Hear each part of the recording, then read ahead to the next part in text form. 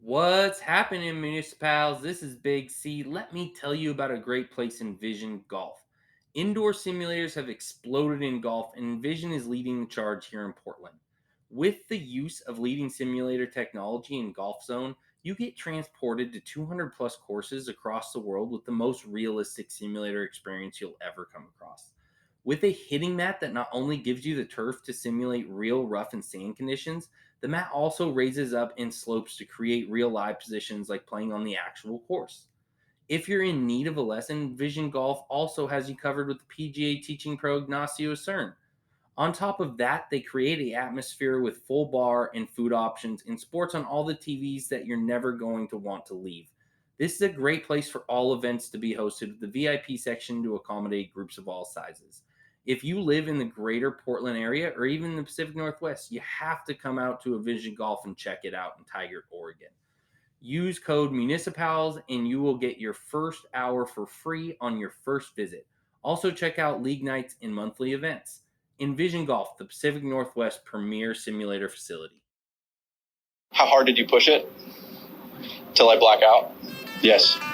Numerous times, yes.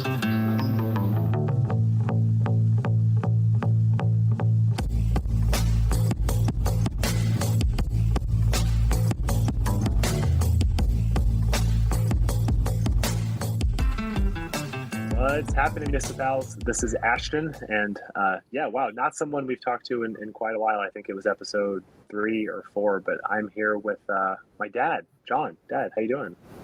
Hi, doing great. Thanks for having me. It's kind of funny. You're in. My dad is in my stepbrother's gaming room in Johns Creek, Georgia. I am currently in Liz's brother's childhood bedroom. So kind of classic podcaster joke. I guess we're kind of doing this in our auxiliary bat caves, we'll say.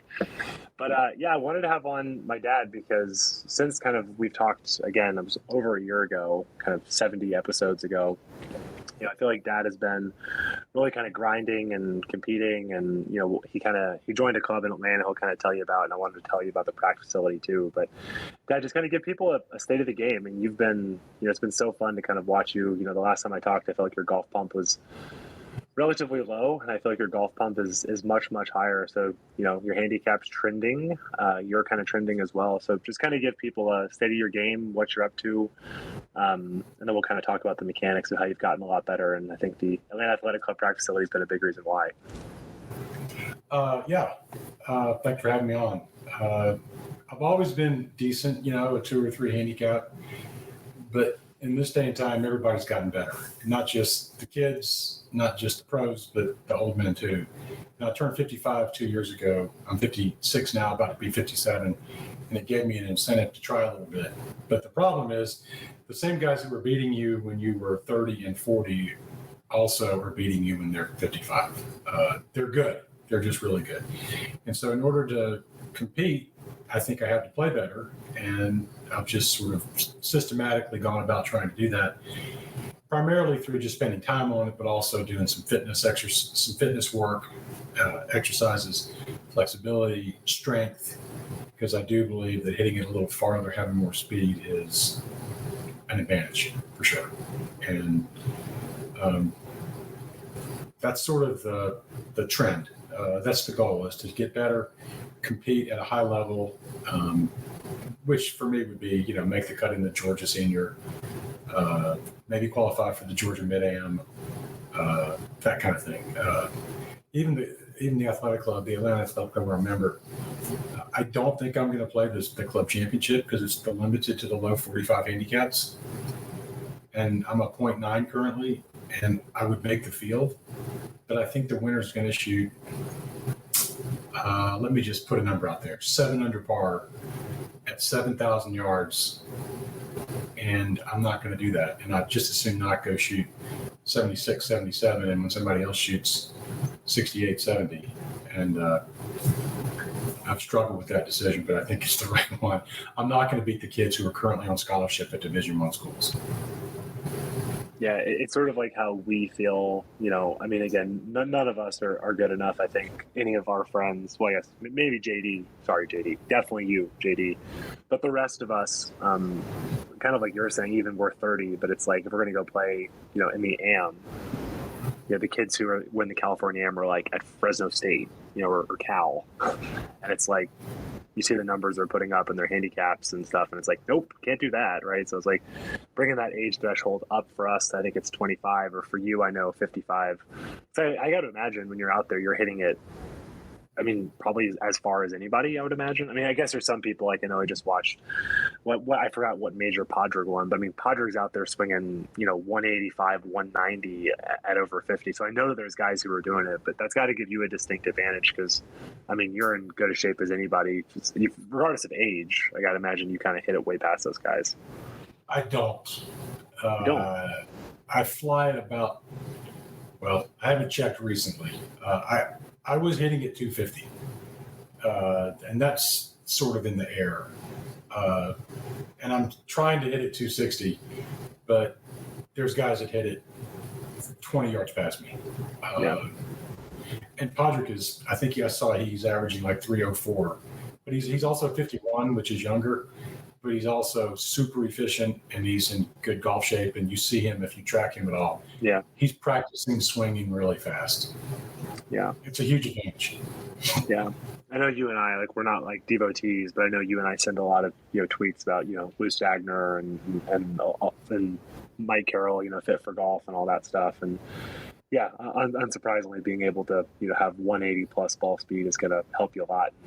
I mean, again, it was crazy to watch. I forgot what it was, the back nine of whatever major he won, where Podrick is just, hitting. I mean, obviously it was warm downhill, but he's hitting like 345. It's like, okay, wow, like there's a lot of Bernhardt's great, but he's not flying at 345. Yeah, and I think the guys who, even at the senior level, are guys that hit it far, but also are extremely devoted. They have swing coaches, they have short game coaches, they have mental coaches, and it's a full-time job. It's a full-time job, for sure. But I will say, like, to your point about the apps, Lou in particular, I enjoy Lou Stagner because I think that he's got it right on managing your expectations. And for guys like me, bogey avoidance is much more important than making birdies. And never making doubles and never hitting it into a penalty area is how you get better. And I think that, especially because I play a very difficult golf course, it's hard because you're just hanging on for dear life and you don't get many chances. But you better have a good short game and you better be able to make 6-footers, because if you minimize your bogeys, you're going to score better. And that's something that I had read Bob Rotella and I had read all the mental side of golf, but I really had not learned much about managing expectations and understanding what realistically I should expect out of myself, whether it's driving distance or putting efficiency. And following him has helped me with that. And I think that's made me better because I play more conservatively than I used to. Shooting at flags in certain spots is just an absolute prescription for a double bogey. And you're not going to be a good player if you're making double bogeys because you're shooting at flags, because you're not that good. Yeah, and I've kind of been part of the same school as you, but you even illuminated for me. I mean, I think, what did you text me in the last couple of weeks, that the average PGA Tour player takes a penalty shot every almost 8 rounds, right? I thought it was like, I don't know, like, I mean, Captain Obvious here to do math, but that's 1 every 2 tournaments. Like, that's crazy to think. They're not, if they can't hit it left, they're never hitting it left, ever. But I just should add one more point on that, because my point is, they're not that good either. They have to just play it away from the hazard. But I saw a statistic that said at East Lake last week, I guess it's 15 now. I know. Used to be number. Nobody hit it in the water on 18. If anybody's ever played at East Lake, that hole from that back tee, it looks like you're in the middle of the Atlantic Ocean shooting it onto the state of Florida. Okay? So there's water left, there's water right, and there's water short. I think it played 218 or 221, 202-yard carry. Not one player on the weekend hit it in the water. So maybe they are that good, but it's just, it's humbling to hear a number like that, and it reminds us that we're not that good. Aim away from the hazard and aim away from the flag. So I think that's and on the speed perspective, they're like, here's Scheffler hitting 6-iron. I'm like, cool, yeah, totally. 6-iron from 220 over water. That's for sure what I'd be hitting. It's like, yeah. I saw a few guys hit 7-irons. Yeah, 218. Just nuts. Yeah. And that is not a downhill shot. No. Have you ever played East Lake? That's not the point of this podcast. But yeah? When's the last time you played there? 3 or 4 years ago. But back in the day before Cousins bought the property, it was dangerous. It had fallen into disrepair. It was a shame.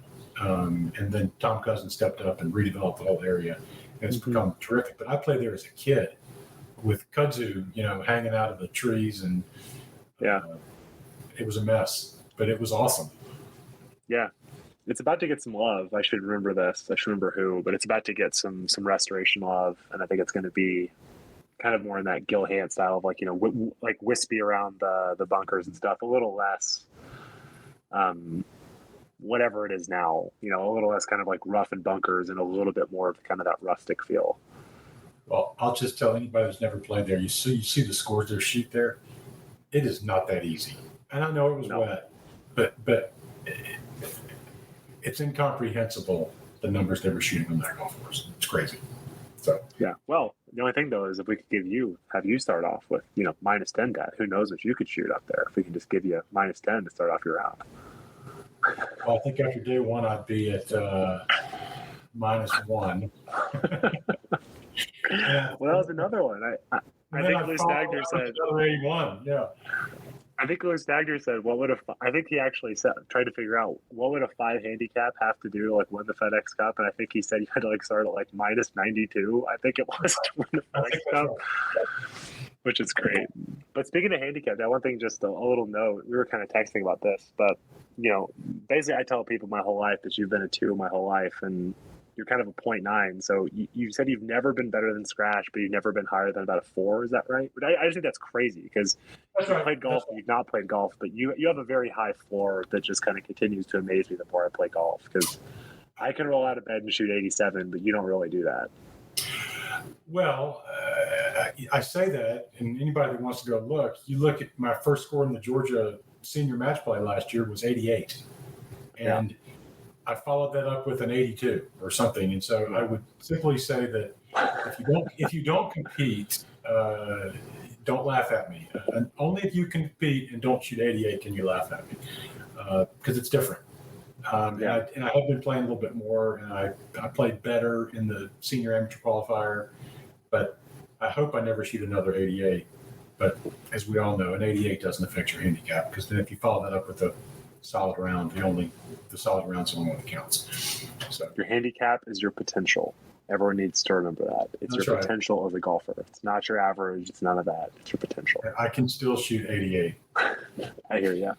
But before we go into kind of your competing a little bit, Dad, I mean, just, I know we're a public golf podcast, but I do think just giving people a little bit of an idea of the practice facility at Atlanta Athletic Club, because again, I think that's been a big part of it. And when you FaceTime me and you're over there just hitting beautiful brand new Titleists, like I get just incredible amounts of FOMO. So just kind of give the people a little sense of kind of how amazing that practice facility is, and then we can dive into your kind of recent U.S. Senior AM qualifier. But I think just telling people about it, it's the most impressive practice facility I've ever seen in my life, and I've been lucky to play a lot of places, and it's undefeated. Well, let me lead with, I live across the street. So if you go to the entrance to my neighborhood and hit a gap wedge, you hit it right into the middle of the range. So I have no excuse for not going over there. And they have 2 ends, of course. And one end has, 200 yards of turf by 50. And the other end has the same thing, except 2 tiers of that.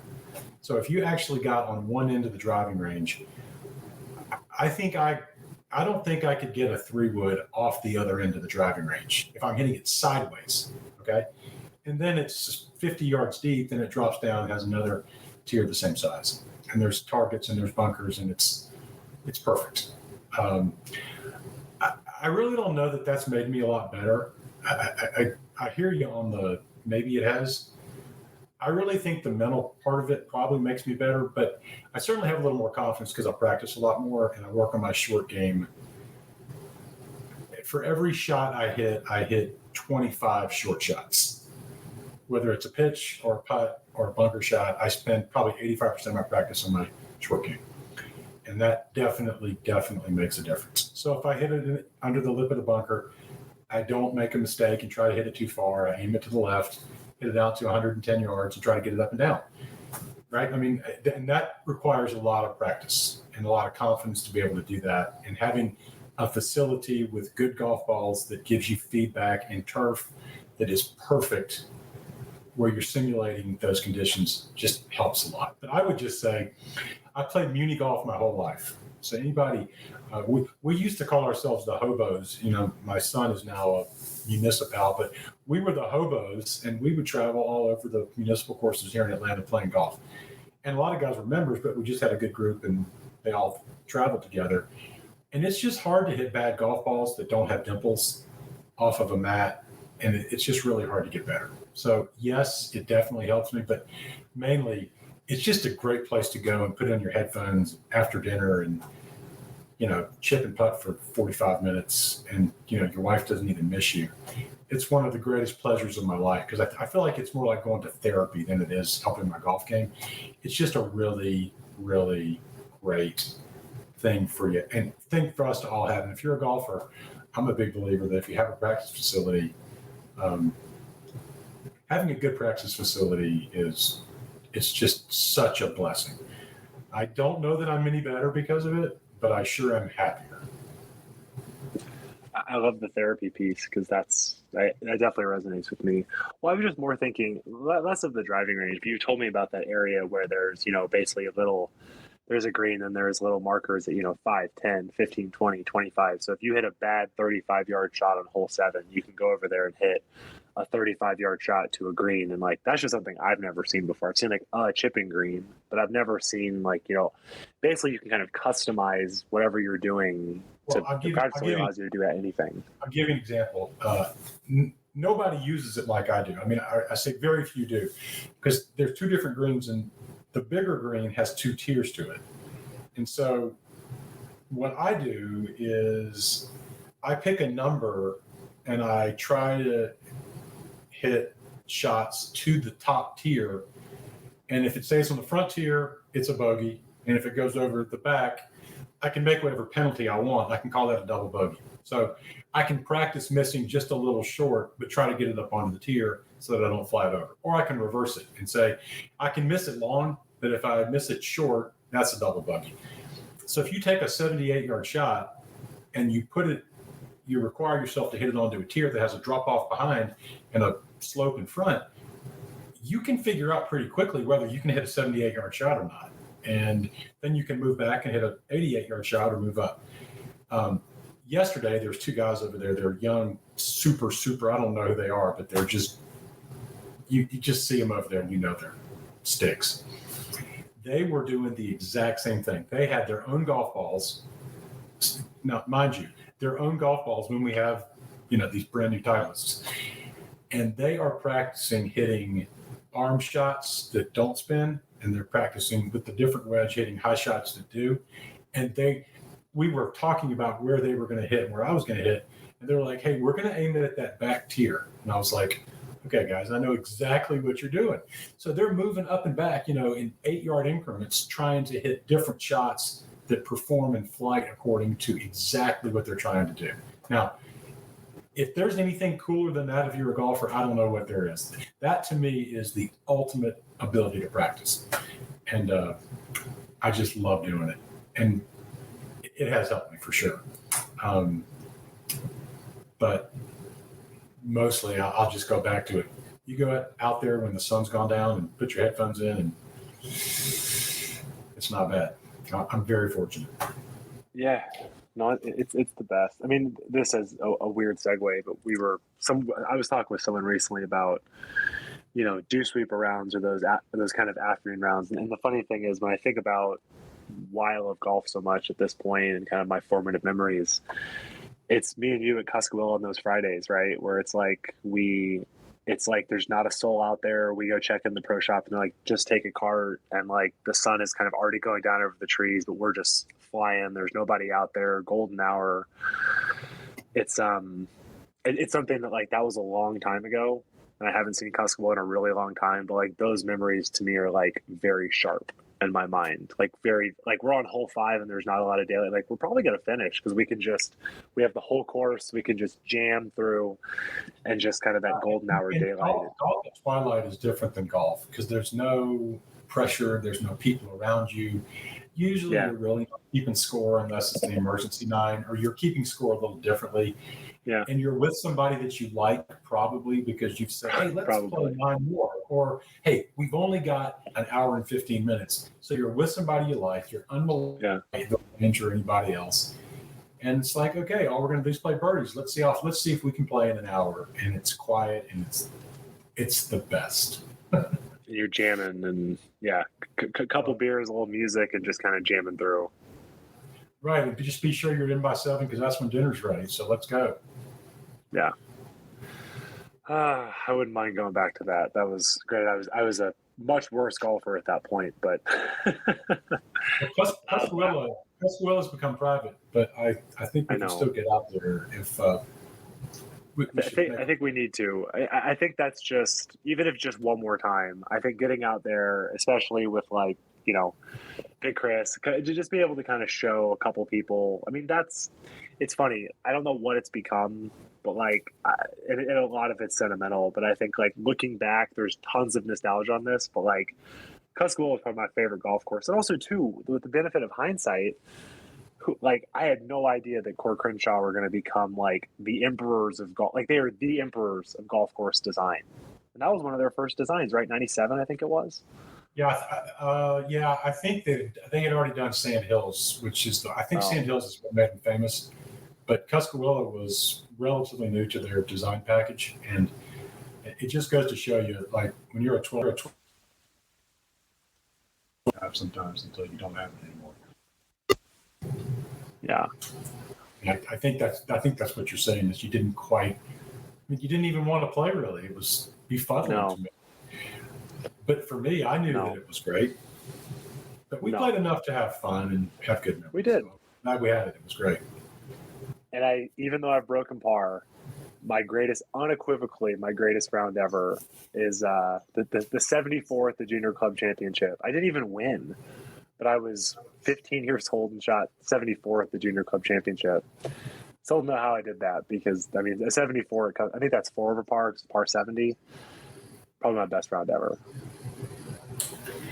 For some reason, my headset doesn't work, but I can hear you through my computer. Yeah, that's fine. You can just just put your AirPods away, or you don't even need them.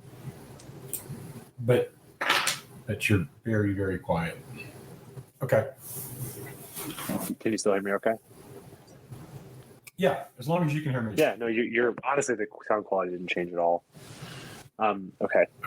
Well, perfect. Well, Dad, take us to, you recently tried to, qualify for the U.S. Senior Am. Tell us kind of how you played. Tell us about the course, but I'm going to kind of shut up. You have told me some excellent stories about the gentleman you played with, and people. I put one of the stories up on Instagram, got like 15 responses, and I was like, I just need to get Dad on to tell these in his own way. So just take us to the U.S. Senior Am qualifier. It was. I tell you what, I need to be generous here, and I'm not even going to tell you where I tried to qualify, and I'm not going to use anybody's names. I'm just going to try to relate experiences because I don't want this to read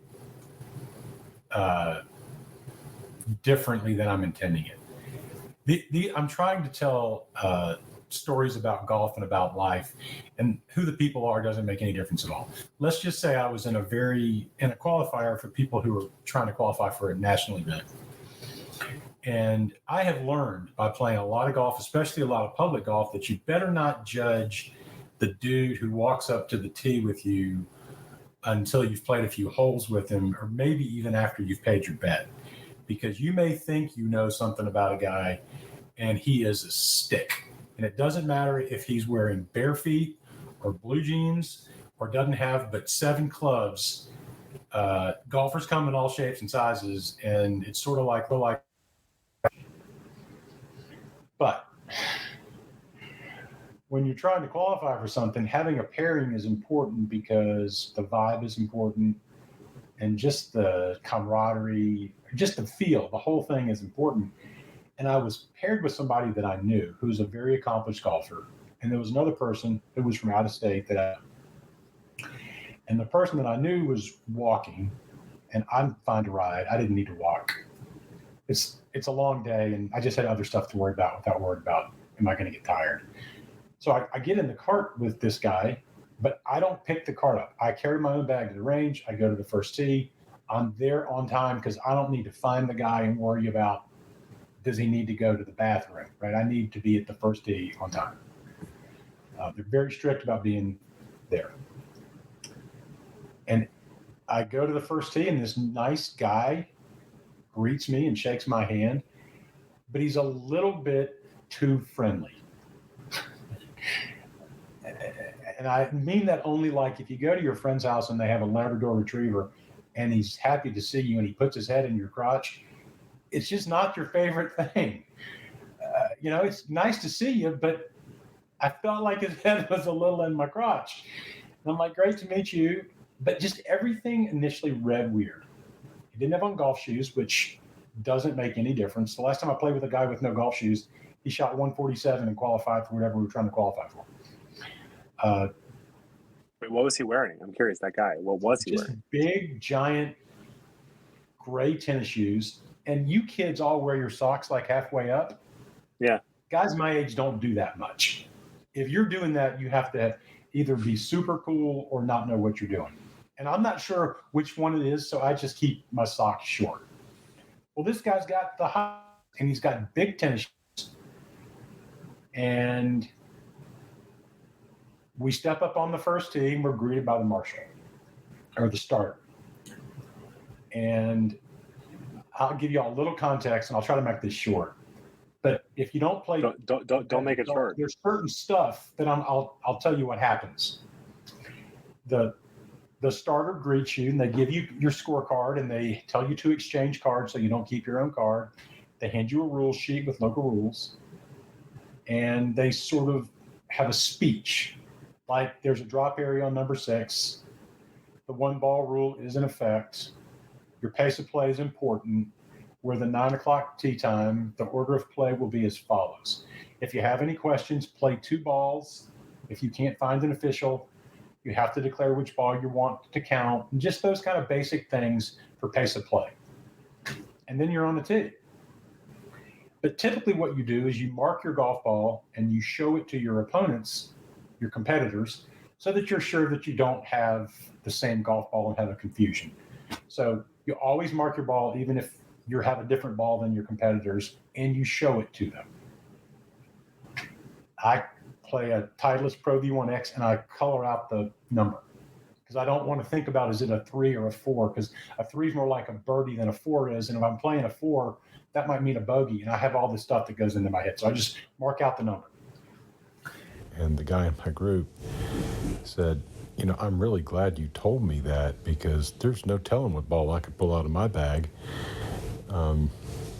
It was an odd thing because I looked at my playing partner, who was not him, and he just made eye contact.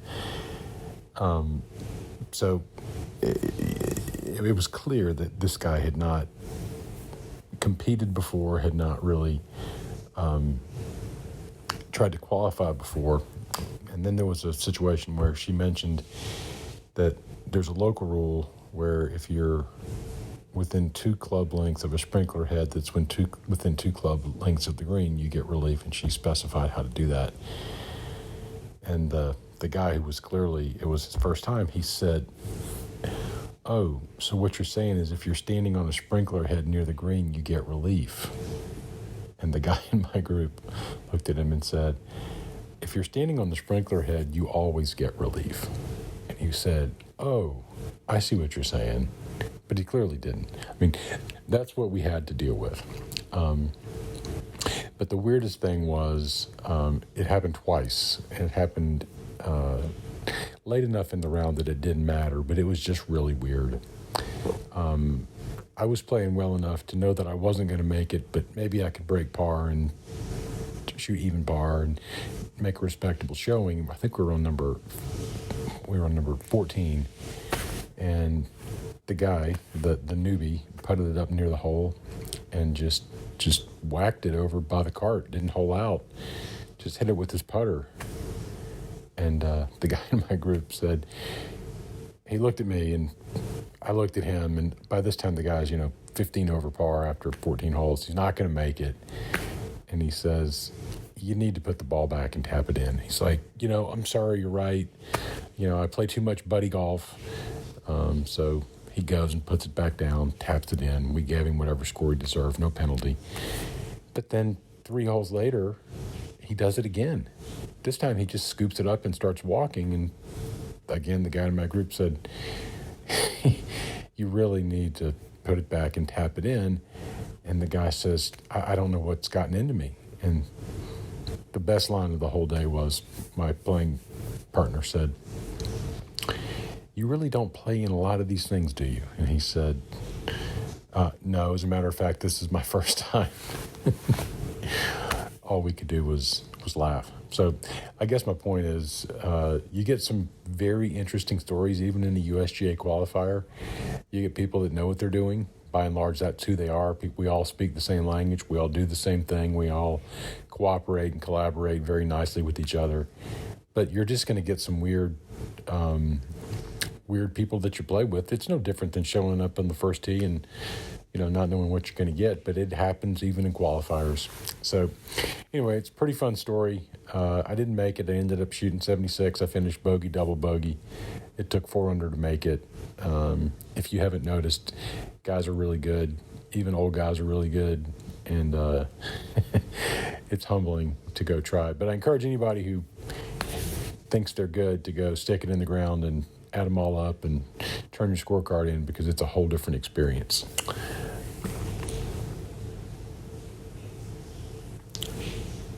The only other thing I'll just add is recently, last week, I played in the Georgia Senior.